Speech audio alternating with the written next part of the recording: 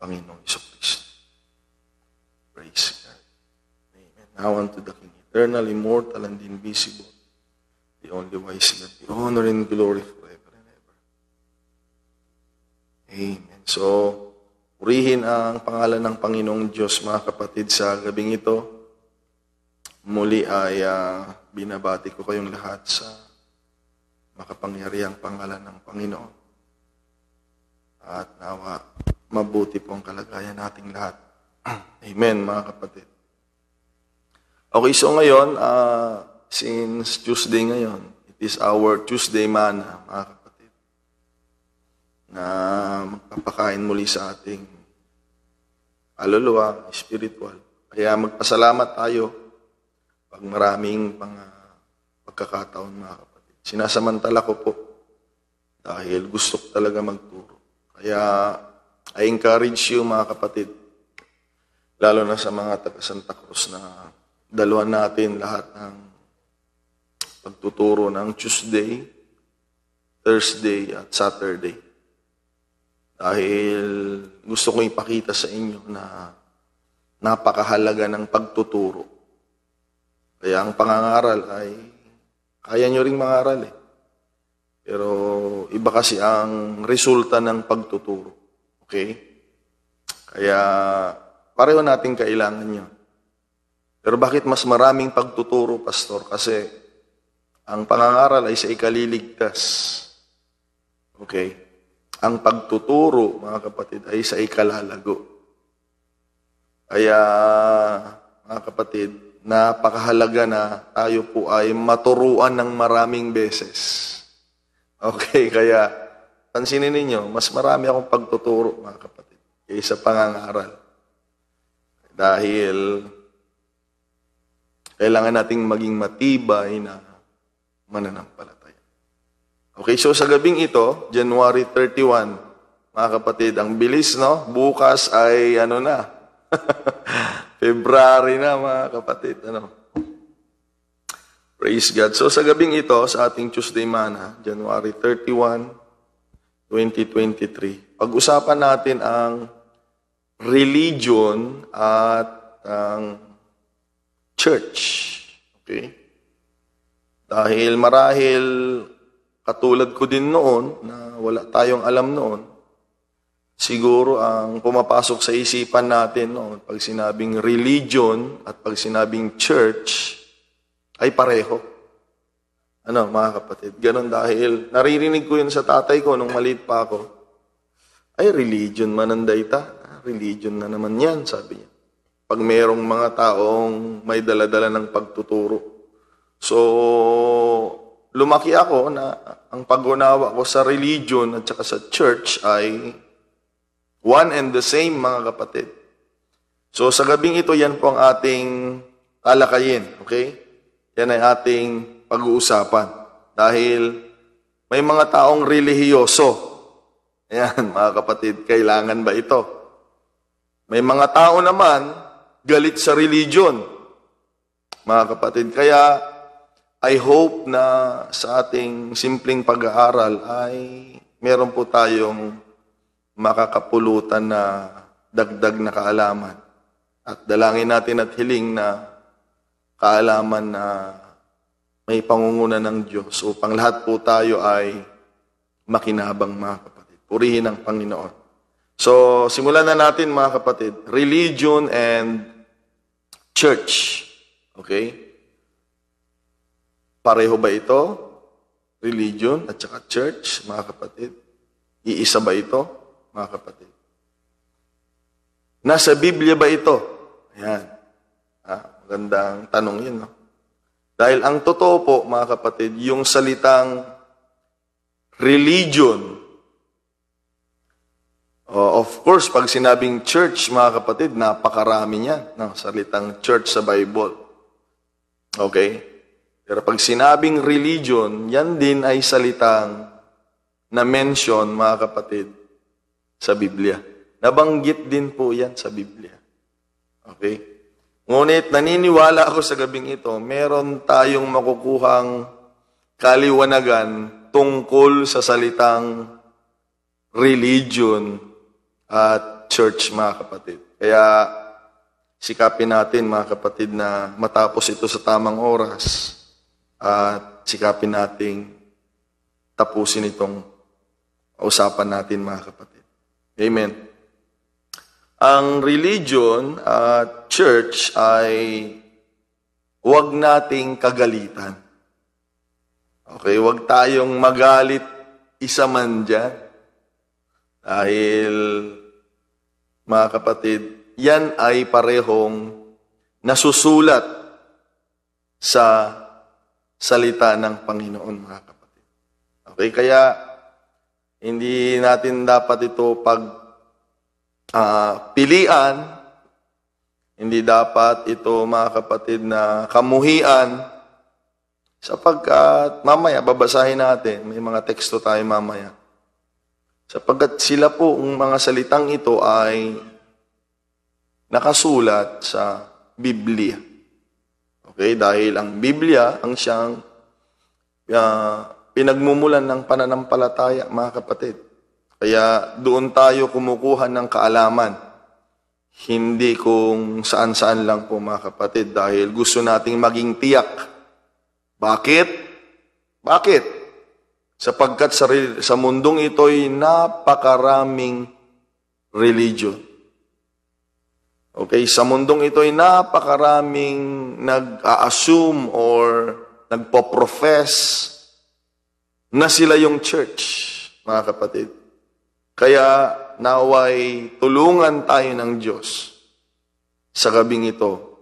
Okay? Dahil napakahalaga pong usapin ito. Gayunpaman, gusto ko munang kunin ang pinaka salita. Dahil sabi nga, nasa Bible sila po ay naisulat sa salitang Griego that time, mga kapatid. Ngayon kasi, nababasa na natin sa Bible natin is English. Napakarami ng English translation ngayon. Tagalog, Ilocano. Pero originally, ang Biblia po ay naisulat sa Hebrews.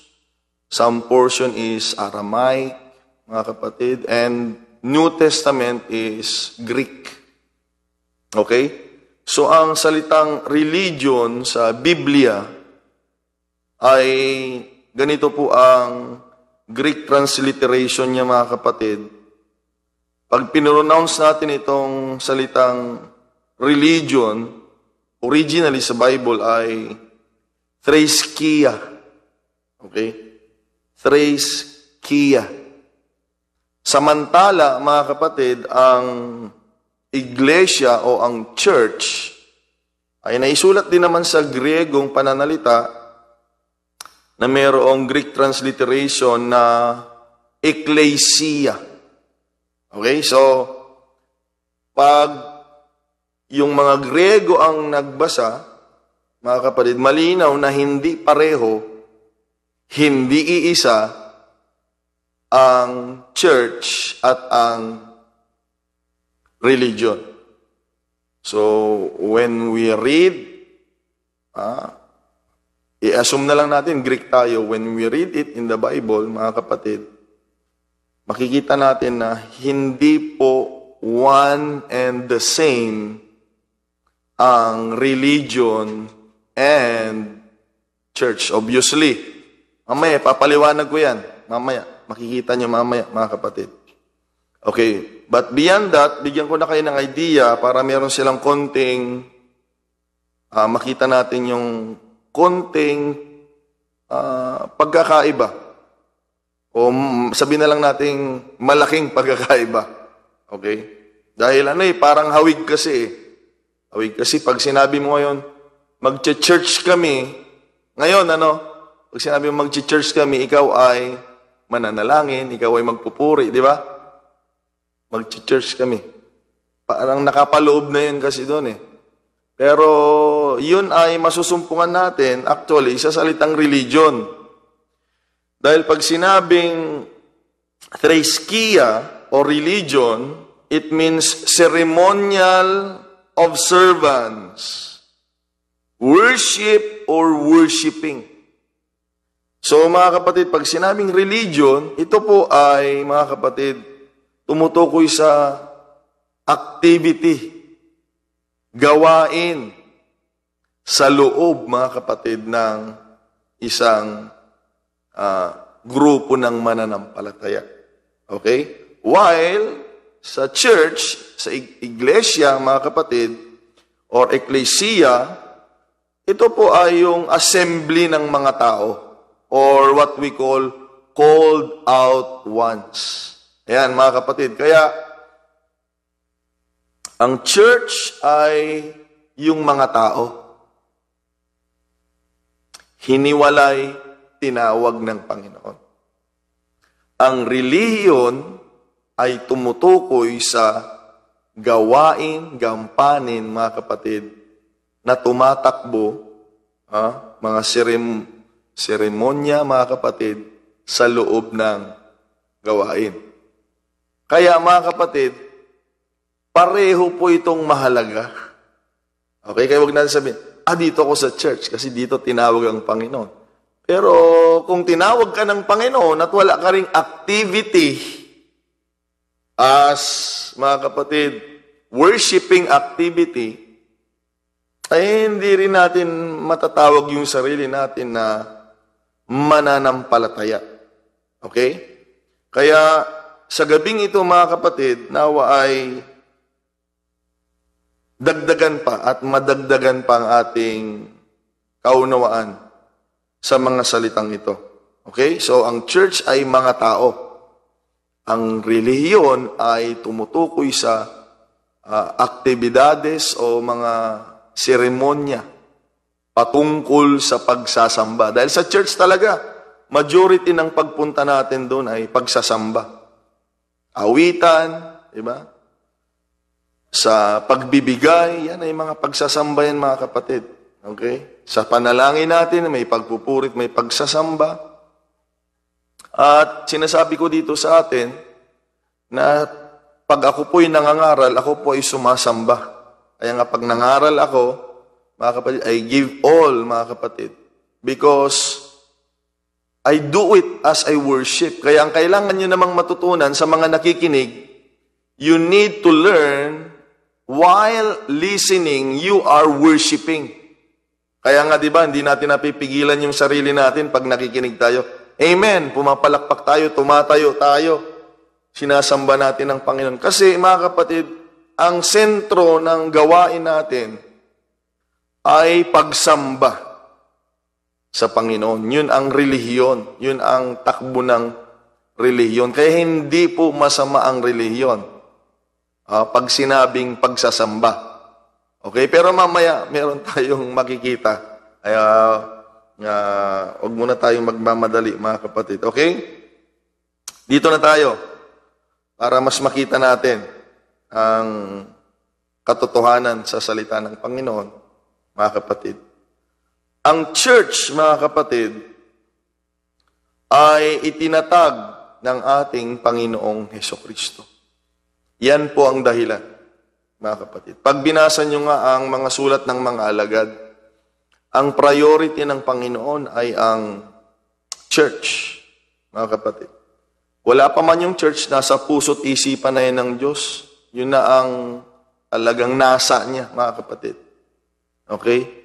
The redemptive act. Kaya nga nung creation, mga kapatid, nung nilikha ng Diyos ang tao, wala pang mga wala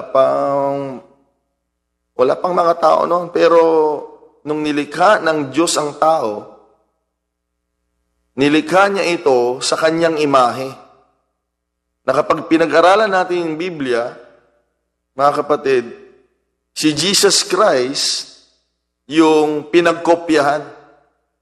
So in the mind of God, nandoon na yung man Christ Jesus. And Jesus Christ, sabi ng Bible, is the image of the invisible God. Okay? Ganon kahalaga. At paano mo nasabi na na ganon nga kahalaga? Mga kapatid, dahil yun yung katauhan niya na siyang tutubos sa mga ihihiwalay niya. Ayan, called out. Okay? Mapansin niyo yan mga kapatid sa prayer ni Lord sa John chapter 17. Nanalangin siya doon, pinag-pray niya yung mga alagad at mayroon siyang minention doon na maging yung mga tatawagin pa. Okay?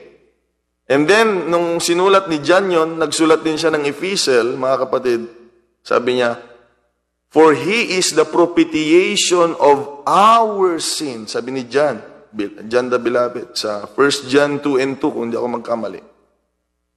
Si Jesus daw, He is the propitiation of our sin to the church. And then next to it is, and not ours only, but the sin of the whole world. Kaya, dear sa Diyos, sa Panginoon, ang church, mga kapatid. At siya po ang nagtatag niyan. Okay? Siya po. Pag-aralan natin ang typology, mga kapatid, noong nilikha ng Diyos ang babae, ayan, kanina nung nilikha ng Diyos ang lalaki in the image, mga kapatid, ng Panginoon. Pero nung maglikha na siya ng babae, kailangan niyang patulugin, mga kapatid, si Adan. At kukuha nga siya ng rib ni Adan. At doon lalabas yung babae. So, yung babae nanggaling sa lalaki, mga kapatid. Okay? So, ngayon kasi, ang alam natin, ang tao ay galing sa niluluwal ng babae, no? Pero originally, galing sa lalaki. So, yung church, ganun din. Paano mo nasabi, Pastor? Nung ang Panginoon ay nabayubay sa krus, saan siya sinibat? Sa leeg? Sa dibdib? Sa tiyan? O dito sa tagiliran? Sa tagiliran din, mga kapatid. Pansinin ninyo, mga kapatid. At nakatulog din si Jesus Christ, kagaya ng pagpapatulog kay Adan. At doon na isilang ang church. Kaya nga ang church, na pag-aralan natin sa titles of God's people, ay tinatawag na bride. Okay? Na siya ay mula mismo sa Panginoon. Kaya nga, tayo ay katawan din ni Kristo, mga kapatid. Amen. Kaya ganyan kahalaga ang church. Dahil si Lord po ang nagtatag ng church. Okay? Ito na, mabasa na tayo ng teksto, mga kapatid. In Matthew 16, verse 18, sabi dito ni Jesus Christ, mga kapatid, I say also unto thee, that thou art Peter, and upon this rock I will build my church. So, hindi kung sino-sino po ang nagtatag ng church. Okay? Ang nagtatag ng church ay ang ating Panginoong Hesukristo. Kaya sana, kung mayroon tayong mga pinapahalagahan na mga institusyon, katulad mga grupo-grupo natin, mga trabaho, takot tayo sa mga boss natin, takot tayo sa paaralan, takot tayo doon sa mga namumuno. Mga kapatid, dapat dito tayo bilang mananampalataya. Lalo nating tignan ito dahil ang founder natin dito ay hindi kung sino-sinong tao, mga kapatid. Walang ibang ating tagapagligtas, ang ating Panginoong Jesucristo mismo. I will build my church and the gates of hell shall not prevail against it. Siya po ang nagtatag ng church. Kaya hindi pwedeng iwalang bahala. Nababanggit ko nga po ito sa pagtuturo ko na ayon sa Biblia, hindi lang natin pahalagahan ng Panginoon. Wag lang si Lord ang nasa isipan natin. Wag lang si Lord. Pag-aralan natin ang buhay ng mga miyembro ng iglesia, mga kapatid, tinuturuan ng church na pahalagahan din ang church, mga kapatid. Sabi ng Bible, mga kapatid, gumawa tayo ng mabuti sa lahat ng tao sa Galacia, lalong-lalo na sa kasambahay natin sa pananampalataya. Okay, dahil mahalaga po ang church. Diyan namatay ang Panginoon. Okay? Pinagkaloob niyang sarili niya para sa church at ang babalikan niya dito ay church, mga kapatid. Okay? Church po ang babalikan niya dito.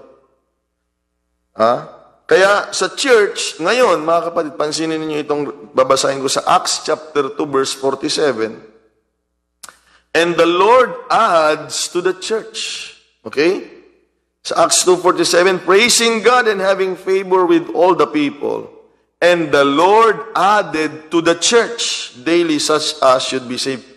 Kaya hindi porket ako ang nag-Bible study sa'yo, ako ang nagbaptize sa'yo, ako ang nagdagdag sa'yo.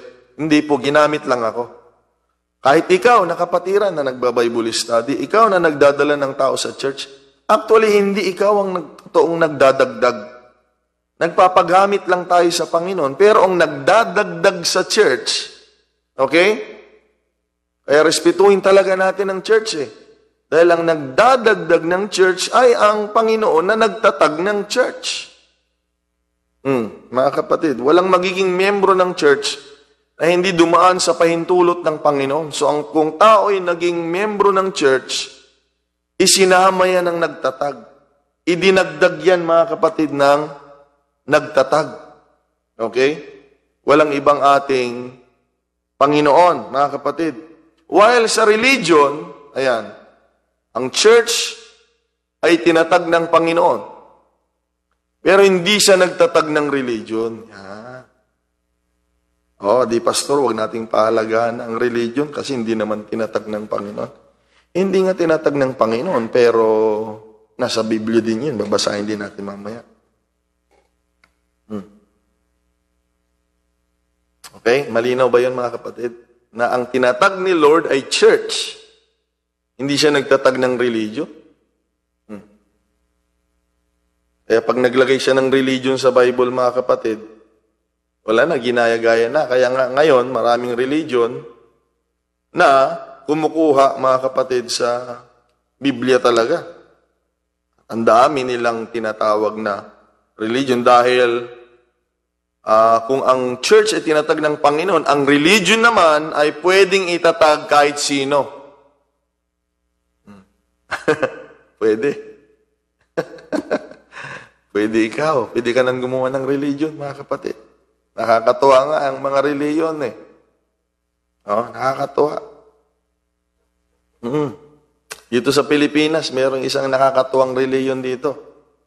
Dahil kung si Jesus daw ay ang Panginoon sa mga Hudyo, okay? Sa Pilipinas daw, mga kapatid, ito, narinig niyo na ba ito? I see Jose Rizal. Alam niyo ba yan? Mayroong relihiyon na yan, mga kapatid. Hindi ko naman sinasabi na, hindi naman natin sila, iniinsulto, Wala naman tayong ganun sinasabi. Dahil malaya ang tao na gumawa ng relihiyon Kaya nga, mamaya malalaman nyo na, it is very dangerous pag mag-stick tayo sa religion dahil hindi tinatag ni Jesus Christ ang religion. Ang tinatag ni Jesus Christ ay church, mga kapatid. Okay? So, ang religion, kahit sino pwedeng magtatag. Marami. Kaya, halimbawa na lang sa Pilipinas, na to exercise their freedom, to express their freedom, kung si Jesus Christ daw ay sa Hudyo, mga kapatid, tayo naman sa Pilipinas ay si Jose Rizal, mga kapatid, ang parang tagapagligtas naman. So, nag-create na sila ng religion. That's why sa kabilang banda, ang religion ay dangerous. Mamaya, malalaman niyo yan. Very dangerous dahil anyone can create one, mga kapatid. Sa atin nga sa UPC, marami nang gumawa ng relihiyon. Dahil pwede po. Ayan. Pero hindi nangangahulugan na gumawa ka na ng relihiyon, ay tama ka na. But to respect the freedom of anyone else, pwede po, mga kapatid. Kaya nakakatakot talaga ang pag pinag-usapan ng religion, mga kapatid. Okay? Dahil, mga kapatid, since hindi yun ang tinatag ng Panginoon, dahil kahit sino pwedeng magtatag ng reliyon, okay? Ito, pansinin niyo ito Some or many na lang, mas malinaw. Many of the religious belief nowadays are to confuse people, mga kapatid, at may layo sa pagtuturo ng ating Panginoon na ipinagkaloob niya sa mga alagad. Marami naman ngayon paniniwala, pinapakita naman nilang mali yung turo ng mga alagad, na samantalang yung mga alagad ang iniwanan ng Panginoon ng turo na kanilang ipagpapatuloy, na binigyan sila ng kapamahalaan na gumawa ng alagad. Kaya nga nagpapatuloy hanggang ngayon ang apostolikong gawain dahil tinutuloy po natin ang pagtuturo ng mga alagad. So mamaya makikita ninyo na may mga religion na hindi church. Okay? Mamaya, malalaman nyo. Kasi ang church ay tinatag ng Panginoon. Ngunit ang relihiyon, pwede ka nang gumawa ng relihiyon mo. Pag feeling mo, talagang kayang-kaya mo na. Mga kapatid. Pero, hindi nangangahulugan na meron kang relihiyon, you belong to the church. Dahil hindi po yan iisa. They are not one. They are not the same, mga kapatid. Okay? Hallelujah. Kaya nga salamat sa Diyos, tinutuloy natin yung pagtuturo ng mga alagad. Sa Acts chapter 2, mga kapatid, as they continue steadfastly in the apostles' doctrine and fellowship, we do it the same, mga kapatid. Okay? Tinutuloy natin yan. Kaya nga, may basbas ang Panginoon dahil pagdating sa, yung binasa natin, verse 42, Acts chapter 2, verse 42, and they continued steadfastly in apostles' doctrine and fellowship and in breaking of bread and in prayers. 44. Mga kapatid, and all that believed were together and had all things common. 46. And they continuing daily with one accord in the temple and breaking bread from house to house, did eat their meat with gladness and singleness of heart. Now, if they are wrong, wala sana itong verse 47. Pansinin niyo ito. Binasa natin kanina. Praising God and having favor with all the people, and the Lord added to the church daily such as should be saved, mga kapatid. Okay? Pansinin niyo ito, mga kapatid. Kung mali yung tinutuloy ng mga alagad na tinutuloy natin, bakit dinadagdagan pa ng Panginoon ang church? Okay? Ba't dinadagdagan pa? Ibig sabihin, tama yung ginagawa ng mga alagad. Dahil dinadagdagan pa ng Panginoon. At pag tinuloy-tuloy natin yung Book of Acts, tuloy-tuloy na yan, mga kapatid, na lumalago po ang gawain.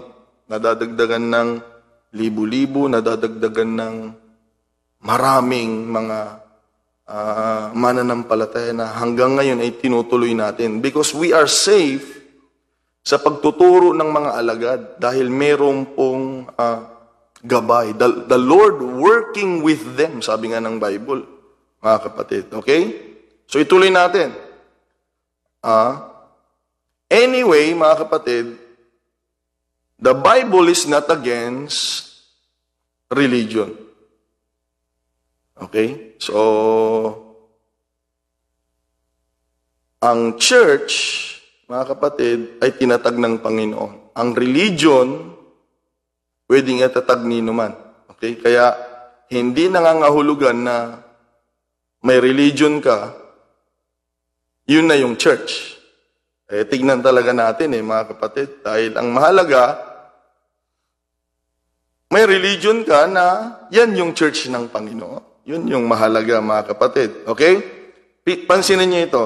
So, the Bible is not against of religion. Okay? In James chapter 1 verse 27, mga kapatid, sabi dito, pure religion and undefiled. Bakit kayo sinabing pure religion? Meron bang hindi pure? Okay, dahil dito, mga kapatid, alam na ng mga alagad. Mamaya, sasabihin ko sa inyo, merong religion na kilala si Pablo na hindi church. Okay, kaya nga, nung sinabi ni James ito, kung religyoso kayo, dapat ganito kayo, sabi ni James, mga kapatid. Pure religion and undefiled before God and the Father is this, to visit the fatherless and widows in their affliction, and to keep himself unspotted from the world. Okay? Kung ganito yung religion natin, sabi ni James, sabi ng Bible, that's a good religion, that's pure. Maayos, mga kapatid. Okay? However, so, merong sinulat sa General Epistle na may pure religion. So, hindi against. Okay? However, there are religion, lalo na sa panahon natin ngayon,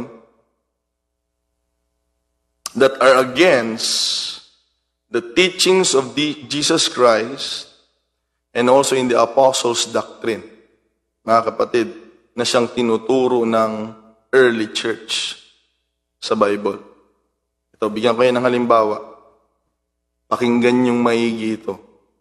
Markahan niyo yung Bible ninyo, mga kapatid. Sa Galatians chapter 1, ay hinahayag ni Apostle Paul yung experience niya. Kung saan siya nakaanib noon at kung anong ginagawa niya sa church. So si Paul ay may religion noon, pero kalaban niya yung church. Okay, mga kapatid? Galatians chapter 1, verse 13. Okay, basahin natin.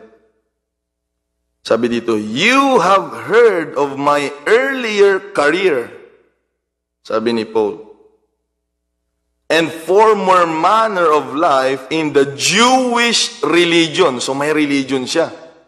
So yung kayang religion niya ay church. Tignan natin. Jewish religion, that is Judaism, mga kapatid.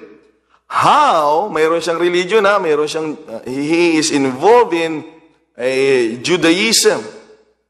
Or that is their religion, mga kapatid, that time. According to Paul. Okay? He was involved there. He was part there. How I persecuted and abused the church of God. So si Paul mismo ang nagtuturo sa atin na though mayroon siyang religion, so sige mga kapatid, malinaw po ito Though may religion si Paul, pero siya ay, mga kapatid, against, he is persecuting, sabi niya, abuse the church of God. Okay, mga kapatid? So, ibig sabihin, may religion na hindi church ng Panginoon. From Paul's experience itself. Kaya pala sinulat ni James, ang pure religion ganito. Dahil merong mga maling relihiyon. Okay, mga kapatid? So ito'y pagpapakita, tapusin muna natin, sabi niya.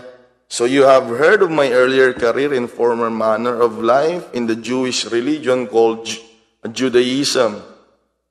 How I persecuted and abused the church of God furiously and extensively, and with fanatical zeal did my best to make havoc of it and destroy it.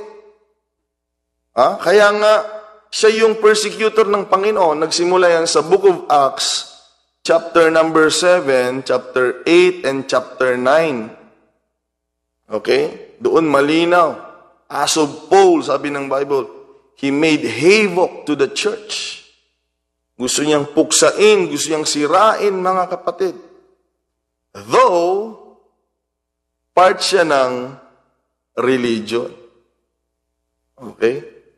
Kaya nadudungisan yung salitang religion dahil may mga religion na against sa mga alagad, na against sa church ng Panginoon.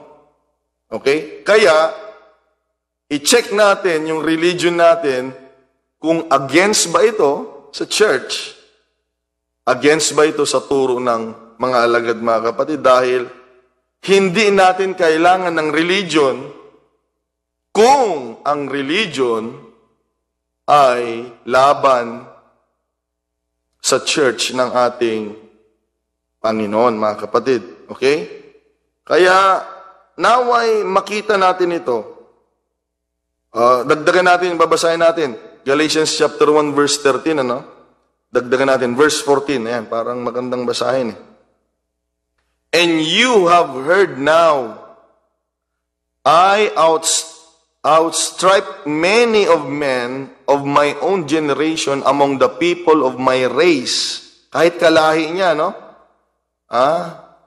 In my advancement in study and observation of the laws of Judaism, so extremely enthusiastic and zealous I was for the traditions of my ancestors.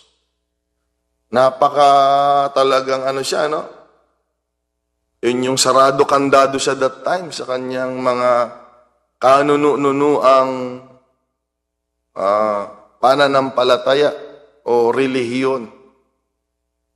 Na yung relihiyon na tinatayuan nilang yun ay kahit puksain, wala namang ganyan ngayon, ano? Wala namang, meron ba?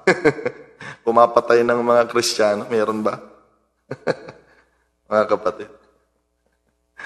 Meron, no? Inuusig nila yung mga Kristiyano. Meron. So, may religion, pero hindi church.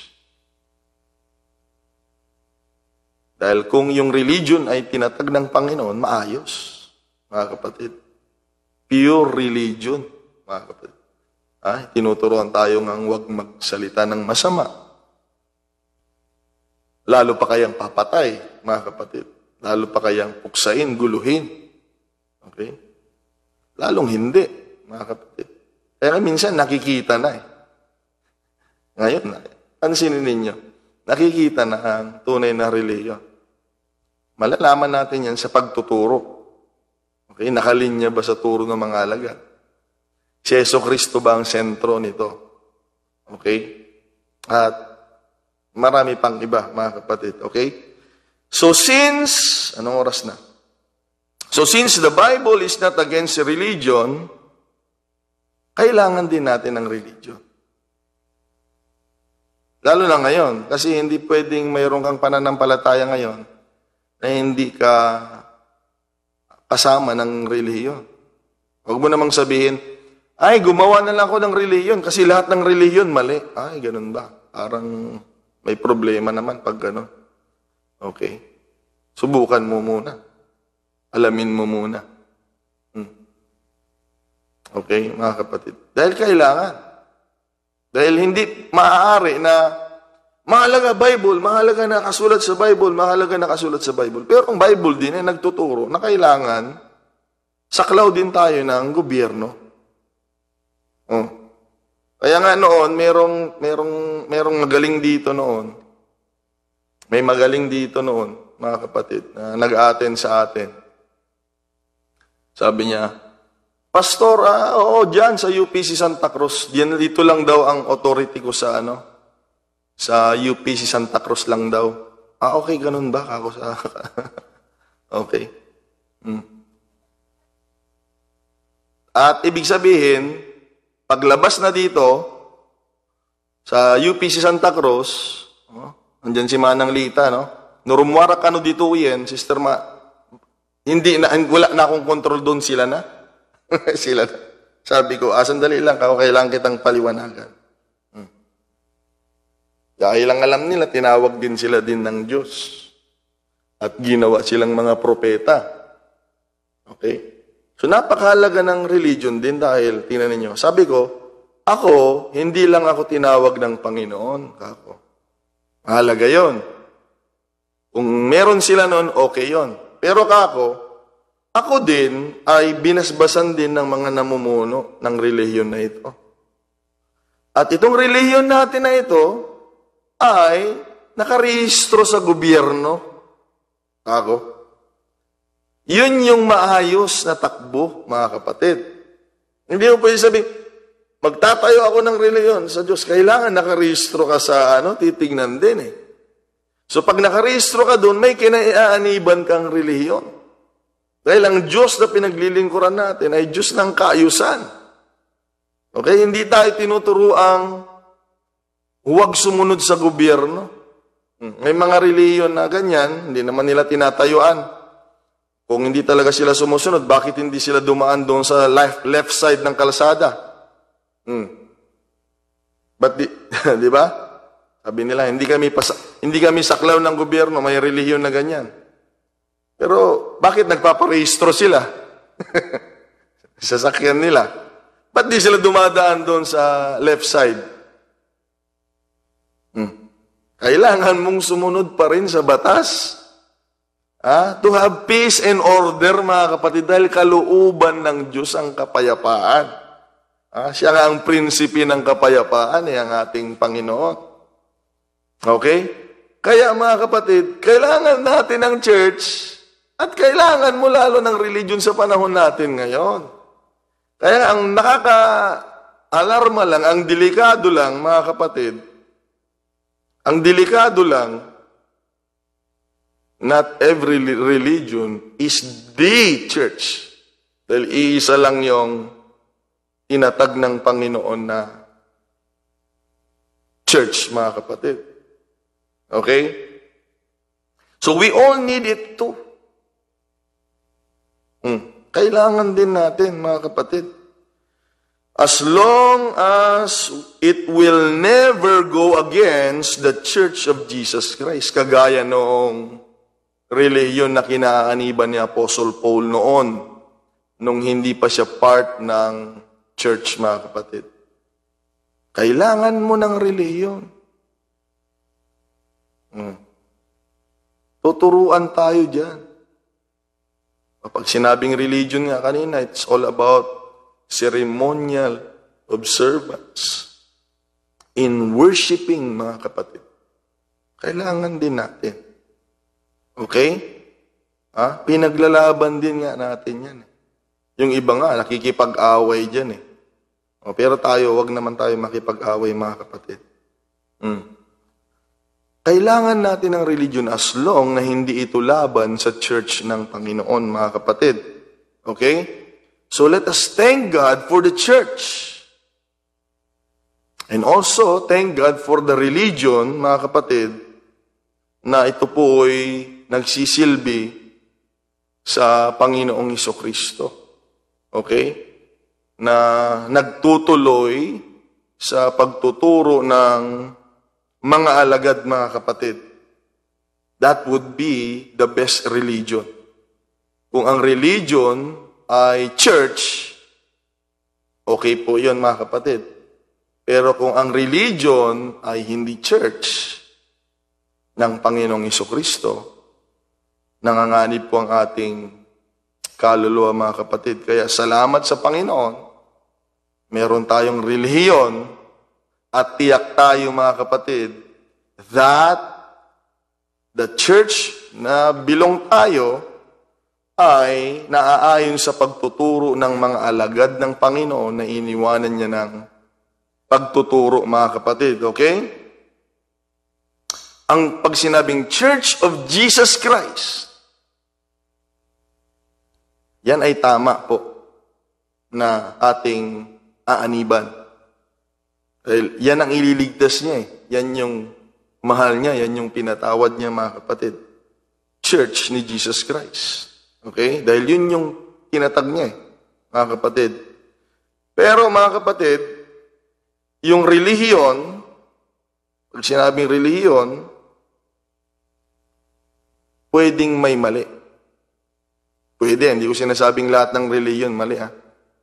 Okay?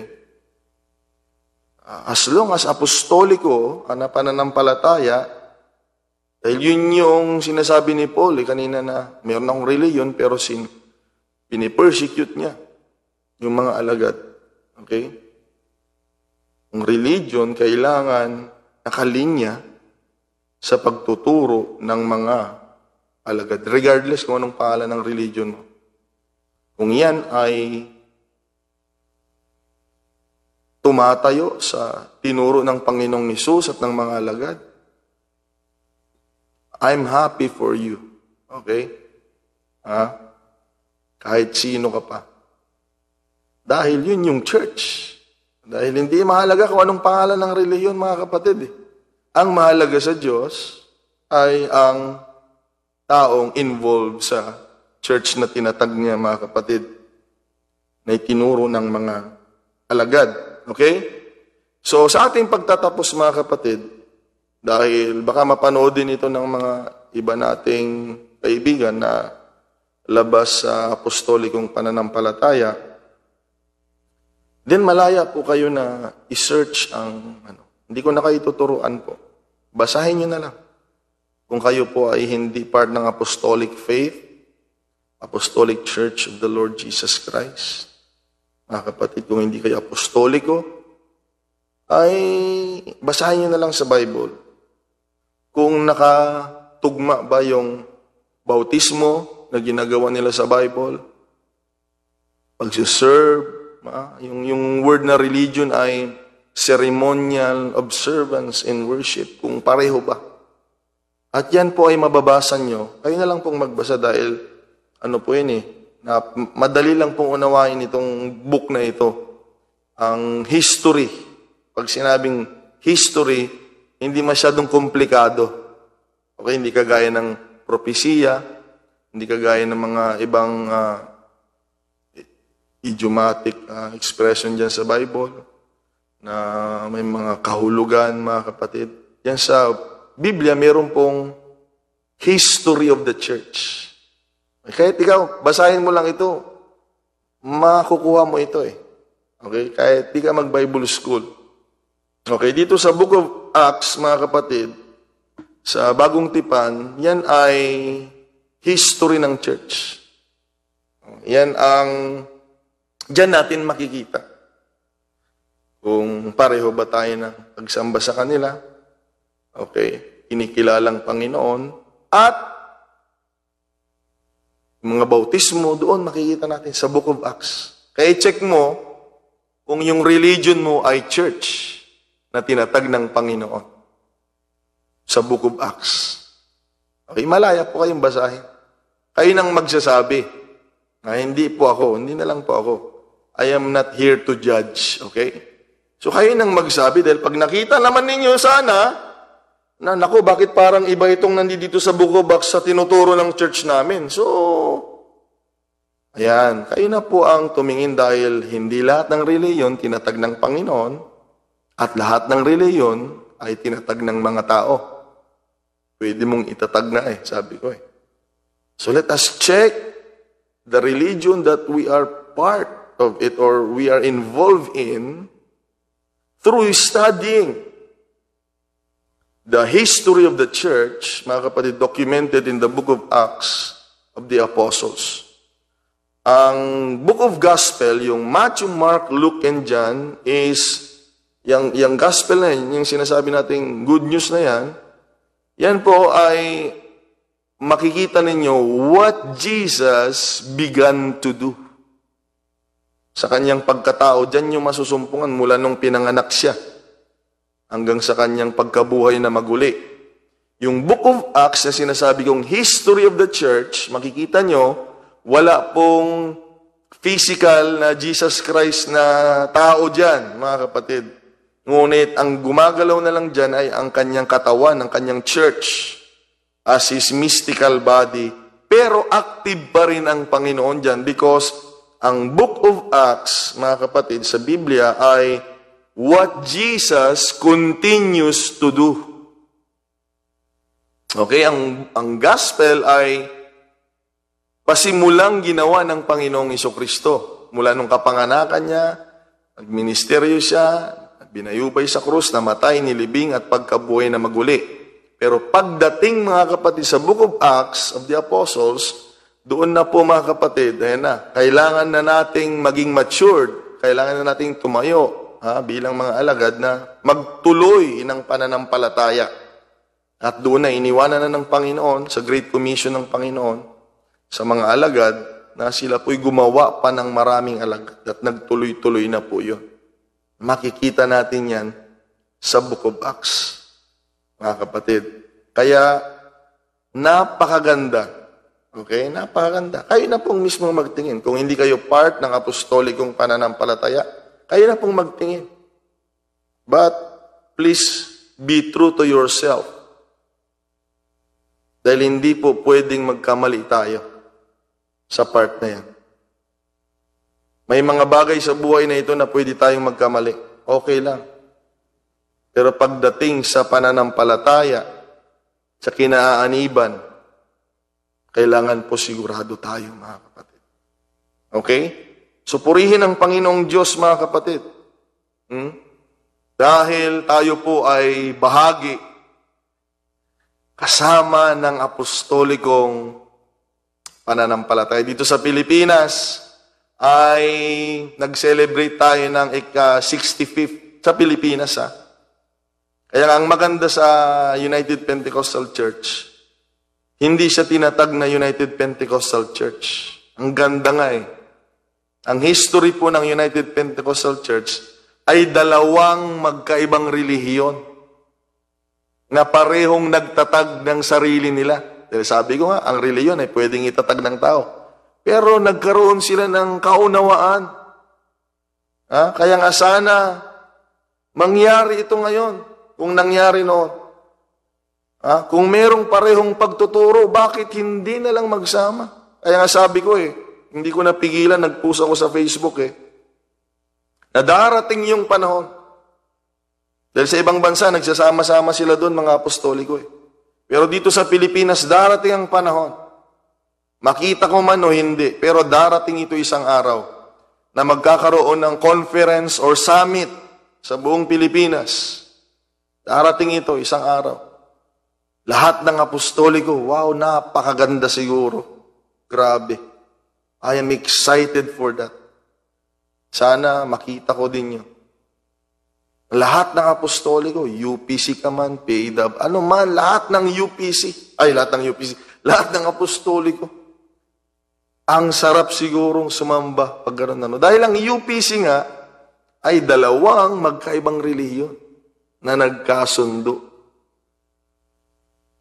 Okay? Ibig sabihin, mga kapatid, hindi iisang tao lang ang nakaisip, dalawang magkaibang relihiyon, nagtatag yung isa, pero dumating yung tamang panahon na pag-unawa nila, pareho naman pala tayo ng kinatatayuan, pareho tayo ng paniniwala, pareho tayo ng pangunawa sa salita ng Panginoon. Ba't di na lang tayo magkaisa? Kaya I am proud, maging proud kayo sa UPC, mga kapatid. I am proud of this. Okay? Na dalawang reliyon. Meron pa ngayon nangyaring ganun? Wala. Naglalaban nga ang reliyon ngayon Nagbabanggaan ng mga reliyon, mga kapatid. Pero ang UPC ay dalawang magkaibang reliyon na nagsama. Amen, mga kapatid. Kaya nagbabantayan yan nung una. Tinitignan ng isa kung yung tinuturo nito ay ganun din. Nagbabantayan yan. Tingnan ninyo, nagbabantayan yan. Naniniwala ako, mga Siguro ilang taon, tignan ko, baka sa simula lang ito para makasama namin sila. Siguro ganun din yung isa, tignan din nga natin, baka sa simula lang ito eh. O dahil pag nagluko yung isa doon, pwede na naman sila maghiwalay dahil as what I have told, ang tao po ay pwedeng magtatag ng sariling relihiyon. Pero mga kapatid, sa pagdalipas ng mahabang panahon, hindi na sila naghiwalay at lalo pang lumalago ang gawain ng Panginoon. Amen. Praise God. Kaya nga salamat sa Diyos, kayo mga kapatid namin dyan sa Brunei. Kagalakan ko mga kapatid. No? Excited akong makita kayong lahat. Ano? Apo ang tingin ko sa inyo. Apo. Apo kaya excited. Excited ako. Sobra. Kagalakan ko. Okay, bilang apo ko kayo sa pananampalataya dyan, excited ako makita kayong personal. Kung pag nagtitipon nga kayo eh. So lumalago po ang gawain. No? Walang apostoliko dyan, kaya sabi ko gagawa tayo ng church. Dyan. So ngayon, meron na. Dami nyo na dyan, di ba? Salamat sa Panginoon. Okay? At maging proud tayo kung ang church natin ay nagtuturo ng kagaya ng mga alagad at nananatili sa pagtuturo nila. Mahalin natin ang church natin. Makinig kayo, mahalin din natin ang religion natin kung ito po ay sang-ayon sa church ng Panginoon. Amen. So salamat sa Panginoon, mga kapatid.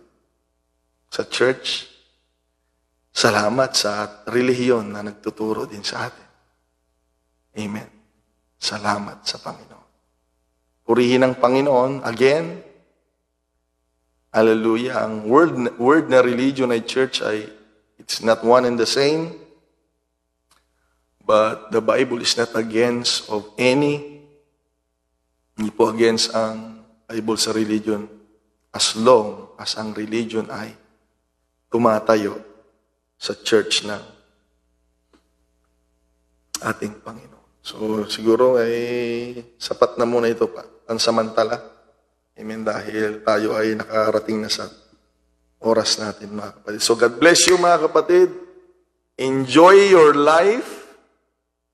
Enjoy your life serving the Lord with God's people, mga kapatid. Amen. Salamat sa Diyos. Purihin ang Diyos, mga kapatid. Manatili po tayo sa pananampalatayang ito. Amen. Because we are certain that we are, mga kapatid, on the right track. Mga kapatid, bearing the church of the Lord Jesus Christ. Purihin ang Panginoong Diyos, mga kapatid. Hallelujah. Let us pray, mga kapatid, panandalian. Amen. Blessed be your name, Lord. Maraming salamat po, Panginoong Diyos, sa gabing ito. Sa kabutihan mo sa amin, sa iyong biyaya, sa iyong habag. Panginoong Diyos, patuloy kaming umaasa ng gabay mo, Panginoon. Patuloy mo kaming gabayan, patuloy mo kaming bigyan ng kaunawaan. Lord God, karunungang nagmumula sa iyo at mensahe, Panginoon, to feed our soul and to maintain ourselves, O God, in faith. Tulungan mo po kaming lahat, Panginoong Diyos, sapagkat sa mundong ito ay napakaraming pagtuturo, Panginoon. Lord, tulungan mo kami, Lord. Give me more message, O God, that your called out ones sa panahon na ito ay manatili sa apostolikong pananampalataya, no matter what, Panginoon. O Diyos, i-bless mo pong yung mga anak, Panginoon, na nagmamahal sa iyo, sa iyong gawain, at sa pananampalatayang ito, Lord. I pray, Lord God, na ilayo mo sila sa kapahamakan, sa gawa ng kaaway. Bindisyonan mo po sila at pagpalain ng lubos. Lord God, bilang parte ng iyong katawan, bilang church, Panginoon. Lord, let them see your power, let them witness your blessings and favor, Lord, sa aming mga buhay as we continue to serve and exalt your name, O God. I-bless mo pong iyong mga anak. At sa gabing ito, salamat po, Panginoon. Patuloy mo pa kaming bigyan ng aralin at katuruan, Panginoong Diyos, na nagmumula sa iyo. Purihin ka, sambahin ka, Panginoon. Sa aming pag-iwaiwalay ay samahan mo kami ng pag-iingat. Pangunguna mo, kapayapaan, kagalakan sa paglilingkod sa iyo. I-bless mo po ang bawat isa. Maraming salamat po. Purihin ka, Amang Banal, Lord God. Bless your people, Lord, and we claim this. In your mighty and blessed name, in the name of the Lord Jesus Christ, we pray. Amen. Blessed be the name of the Lord. Glorify the name of Jesus. All glory, honor, and praise to our Lord. Magnatili po tayo sa pananampalataya. Kakabsat niya, palalahanan natin yung mga kapatid natin. Okay, so ingat po tayo. Mayroon pa daw virus, o mag-ingat tayo. Para magkita-kita tayo physically pa sa gawain, mga kapatid. So God bless you. Sumainyo ang pag-iingat, kapayapaan, bendisyon, at maghari nawa ang kalooban ng Diyos sa ating mga buhay. Tanggapin mo ang iyong kahilingan sa gabing ito. Amen. Kagalakan natin na kayo po ay mapagpala ng Diyos. Hallelujah, sa kapurihan ng kanyang pangalan. God bless everyone. Praise the name of the Lord Jesus Christ.